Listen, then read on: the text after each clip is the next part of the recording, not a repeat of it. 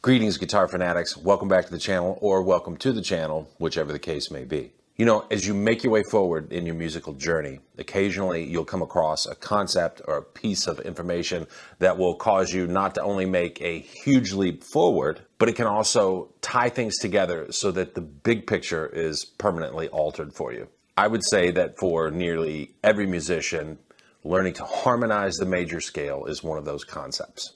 When you fully understand how to harmonize the major scale, things that you might be taking for granted or things that you might be struggling with suddenly make perfect sense. Things like the hows and whys of how chords are built, like triads and seventh chords, why chords are major or minor, how common chord progressions fit together and where the modes come from, and what chords they work best over. I would even go so far to say that intellectually understanding how to harmonize the major scale helps your ear, because it gives you the ability to almost predict where music is going because you understand what the possibilities are.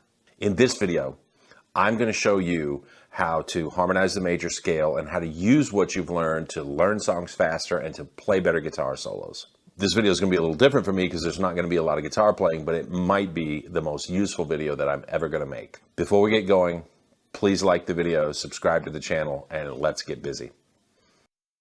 So what is this thing called the major scale, and why should you care? Well, the major scale is the scale that all traditional music theory is based on. For instance, you get the major pentatonic scale by taking the major scale and doing away with two of the notes. The major scale has 7 notes, pentatonic scale has 5. Or, for instance, the Lydian mode is another 7-note scale. You take the major scale and you make the 4th degree of the scale sharp. You've got Lydian mode. So everything comes back to the major scale. Now, a scale is nothing more than a grouping of notes that is laid out in a particular identifiable formula. With the major scale, that formula is 7 notes, and it is laid out in a series of spaces that we refer to as either whole steps, which on the guitar is 2 frets. So, for instance, from the 3rd to the 5th fret is a whole step, or half steps, which is 1 fret. On the guitar, the 3rd fret to the 4th fret would be a half step. Now, those 7 scale degrees are given a numerical identifier that corresponds with the order that they fall within the scale. We're going to use the key of C major today because it has no sharps or flats. It's pretty simple. And the notes of C major are, the first note is C. We're going to start at the A string, 3rd fret, and we call that the 1 or the root or the tonic. D is the 2nd note of the C major scale. It's the 2nd. The 3rd is E. The 4th is F. 5th is G. The 6th is A. The 7th is B. And then we're back to our C note. It's the 8th note. We call that the octave. So it's going to be important that you learn to make a distinction between a couple of terms that are often used interchangeably, and that's the scale degree and the interval. A scale degree is the numerical identifier of the note where it fits in the scale, and an interval is the space between 2 notes. Where this gets a bit confusing is if we're talking in relation to the root note of a scale, well then the scale degree, the number, and the interval between the root and that note, it's the same. For instance, E is the 3rd note in the C scale, and it's also a 3rd interval away from the C note. Whereas if we start on the F note, it's the 4th note in the C major scale, but it's a 3rd away from the D note, which is the 2nd note of the scale. G is the 5th note of C major, but it is a 3rd away from E. So it's important to realize that scale degrees, that number is sort of absolute, but intervals are relative to the 2 notes that we're talking about. The major scale, and every other scale, has a specific sound because the notes are separated by a defined formula of spaces between those notes. For the major scale, the formula is as follows, and again, we're going to go to that 5th string and play the C major scale on 1 string. Between C and D, the root and the 2nd, we've got 2 frets or a whole step. Between D and E, the 2nd and the 3rd, we've got another whole step or 2 frets. Between E and F, which is from the 3rd to the 4th, we have a half step, 1 fret. From F to G, 2 frets, another whole step. G to A, 2 frets, another whole step. From A to B, which is from the 6th to the major 7th, we've got a whole step. And then from B, which is our 7th, to the octave, half a step. So the formula is whole step, half step, whole step, whole step, whole step, half step.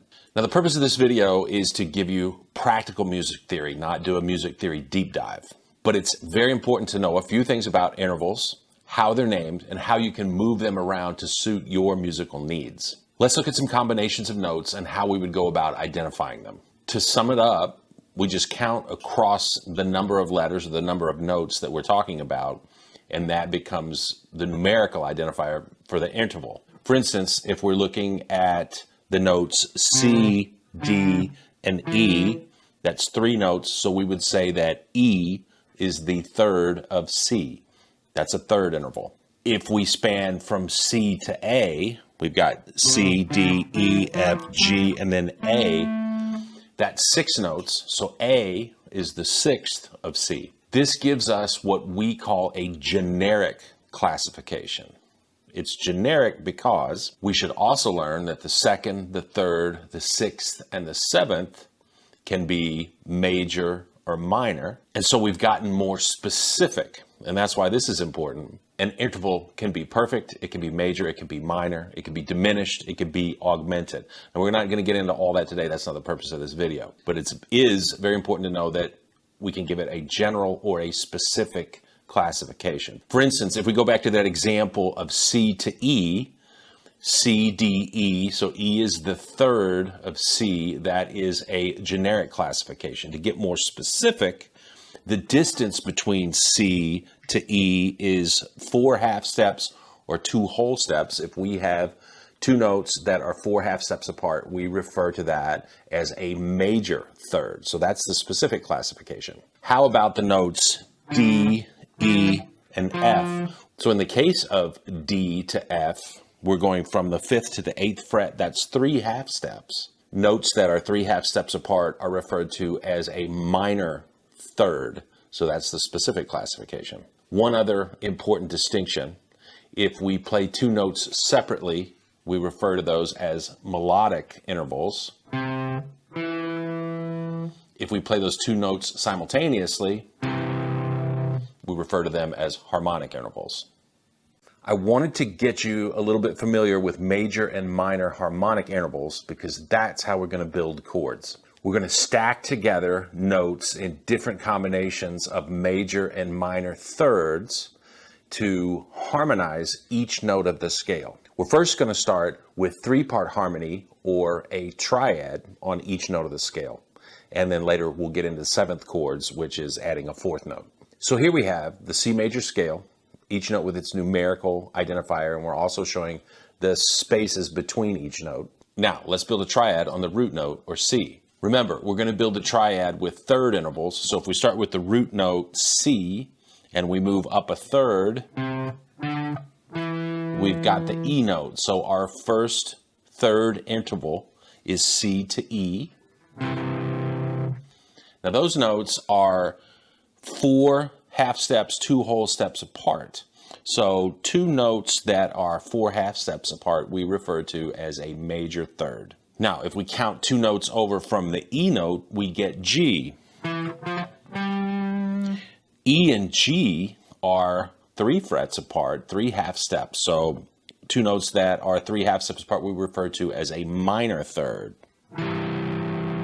A triad that has a major third on the bottom and a minor third on top, we refer to as a major triad. It's also important to note that a triad is made up of a note and a note, a third apart and a 5th apart. Let's build a triad on the 2nd degree of the scale, D. So if we go to D and then F, which is 2 notes away, that's 3 half steps. It's a minor third on the bottom of the triad. If we go F 2 notes over to A, that A is 4 frets from the F, 2 whole steps. That's a major triad. So the D triad has a minor third on the bottom, a major third on top. So if we got a triad that has minor third on the bottom, major third on top, that is referred to as a minor triad. Working through the rest of the scale, the E triad would be minor, F triad would be major, the G triad would be major, A triad is minor, and then we get to B, and this is an entirely different animal. From B to D is a minor third, from D to F is a minor third. Two minor thirds stacked on top of one another is referred to as a diminished triad. Now, if you play mostly pop and rock, you're not going to see a lot of diminished chords. But if you play jazz, you certainly see them. There's some cool applications for diminished chords in the blues and also in heavy metal. So those are the diatonic, which means of the key, triads in the key of C. We have taken simple do, re, mi, and we've decked it out in three-part harmony. There are a couple important things I want to make note of before we move on. In any major key, there are three major triads. There are three minor triads, and then there is a diminished triad. Now, this is great stuff if you're trying to write a song because all of the chords work. Some of the combinations sound better than others, but they all work. And this is your treasure map that I alluded to in the title of the video. Knowing the 7 chords within a key eliminates the need to sort of hunt and peck around to find out what you'd use next in a song. You start with a chord, you plug in one of the other 6 from the key, and you go from there. The chords within a key are given the same number as the note that they start on. So in the key of C major, C is the 1 chord, D minor is the 2 chord, E minor is the 3 chord, and so on. Major chords get uppercase Roman numerals to identify them. Minor chords get lowercase. So if another musician has ever said to you, hey, we're playing a 1-4-5 in the key of C, now you know that that song is going to contain the chords C, F, and G. The infamous 1-5-6-4 chord progression would be C, G, A minor, and F. And if you think of songs like the Beatles' Let It Be, that famous little section descends right down the major scale. Bob Dylan's Like a Rolling Stone ascends right through the first 5 chords of the major scale. Like I said in the title, this is your map to musical gold. Okay, so now we can build all of the diatonic triads in a key. What's next? Well, let's keep harmonizing, add another note to a triad, and make 7th chords. So if we take our C major triad, we've got the notes C, E, and G. Now if we go a third up from G, we get the B note. So if we put that B note on top of our C major triad, B is the 7th note of the C major scale. It's a 7th away from C. So we're going to very creatively call this chord C major 7. All of our 4-note chords are going to be referred to as 7th chords. So we call a note a major 7th if it's a half step below our starting note. So in the case of C major 7, that note B, it's 1 fret below C. Now the 2 major 7 chords in the key of C are C major 7 and F major 7. So in the case of F major 7, our major 7th E is 1 fret below the F. Numerically, major 7th chords are composed of a 1, 3, 5, and major 7. Now we call a note a minor 7th if it is 2 frets below our starting note. So in the key of C major, D is going to be a minor 7th, E is going to be a minor 7th, and A will also be minor 7th. In the case of the D, we start on the D note, that's the 1, F is the 3, A is the 5, C, which is 2 frets below our D note, is the minor 7th. Numerically, minor 7th chords are composed of a 1, 3, 5, and flat or minor 7th. Now the 5 triad in the key of C, that's G, is also going to have a flat or minor 7th added to it. So if we take a major triad and we add a flat 7th to it, we call that a dominant 7. In the key of C, as I said, that's G7, and that's how we normally refer to it, is just, hey, that's a G7. Numerically, dominant 7 chords are a 1, major 3rd, 5, and flat 7. Now, a diminished triad with a flat 7th attached to it is referred to as a minor 7, flat 5 chord. In the key of C, that would be B minor 7, flat 5, and those chords are comprised of a root note, flat 3rd, flat 5th, and a flat 7th. So in the key of C, our 7th chords are C major 7, that's our 1 chord, D minor 7 is the 2, E minor 7 is the 3, F major 7 is the 4, G dominant 7 is the 5 chord, A minor 7, that's our 6th, B minor 7 flat 5 is our 7th chord, and then we're back to C major 7. So here is the key of C major and how we can look at the whole key harmonized into triads and 7th chords. Now there's way more theory we could get into, but it's beyond the scope of what I wanted to get into in this video. I'm trying to give you enough information so you understand the chords that are available to you within a key, and hopefully that translates into you using it to move your music forward. A couple of practical applications. If you've seen musical charts with numbers instead of chord names or chord symbols, now you know what that means. Or if you've heard other musicians say, hey, we're playing a 1, 4, 5 in C, you know that's C, F, and G. I said earlier that this can really help your ear. What I meant by that was, now that you know the chords that are available within a key, you can probably figure out the chords of a song you hear by process of elimination. As you get better at this skill, you'll get faster and faster at it because you know that there's a limited number of chords within a key, and you're going to start to recognize the skips between those chords. You'll get so good at it, it almost becomes like a party trick. You'll start to hear a song playing and you'll just be able to pick up your guitar and follow along. And to non-musicians or musicians that don't know this stuff, it's going to seem like you've got this magic ear. And it's a lot of fun.